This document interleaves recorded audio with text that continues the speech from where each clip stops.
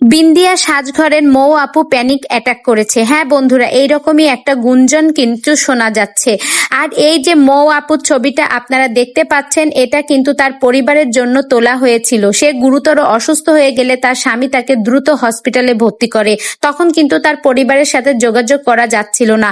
তখনই তার স্বামী ছবি তুলে তার পরিবারের কাছে পাঠায়। পরবর্তীতে এই ছবি কে বা কারা সোশ্যাল মিডিয়ায় আপলোড করেছে সে সম্পর্কে কোনো কিছুই জানা যায়নি। তবে কিছুদিন আগে জানা যাচ্ছিল একটা অনুষ্ঠানে বিন্দিয়া সাজঘরের মৌ আপু কিন্তু বোরকা পরে আসছিল।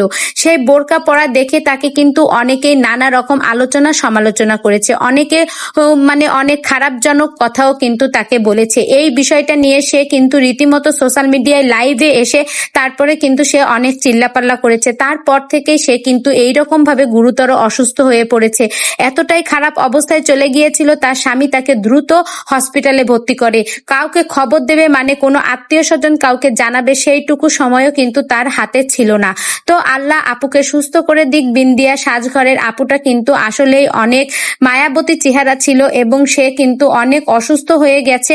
সবাই আমরা তার জন্য দোয়া করি। তো আপু এই যে বোরকা পরা, হেজাব পরা, এই যে ছবিগুলো লুকটা দিয়েছে, এটা কিন্তু খুবই ভালো লেগেছে। আসলে আল্লাহ হেদায়েত দিক সবাইকে। আর সে যদি আস্তে আস্তে দিনের পথে চলে আসতে চায়, সে যদি আল্লাহর কাছে আসতে চায়, তাহলে সেটা খারাপ কি? তো এটা আমাদের সবারই করা উচিত। দুনিয়া ক্ষণিকের জন্য, আমাদের আখিরাতের জন্য কিছু নিতে হবে, কারণ শুধু দুনিয়া নিয়ে পড়ে থাকলেই হবে না। তো আপু এই যে বোরকা পরেছে, হেজাব পরেছে, এই যে লুকটা আমাদের সাথে শেয়ার করেছে, এটা কিন্তু আসলে খুবই ভালো লেগেছে।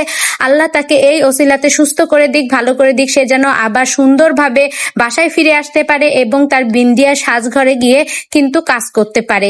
তো বন্ধুরা, এই ভিডিওটি সম্পর্কে তোমার মূল্যবান মতামত কমেন্ট বক্সে জানাও। ভিডিওটি ভালো লেগে থাকলে অবশ্যই একটা লাইক করে আমার সঙ্গেই থাকবে। ধন্যবাদ।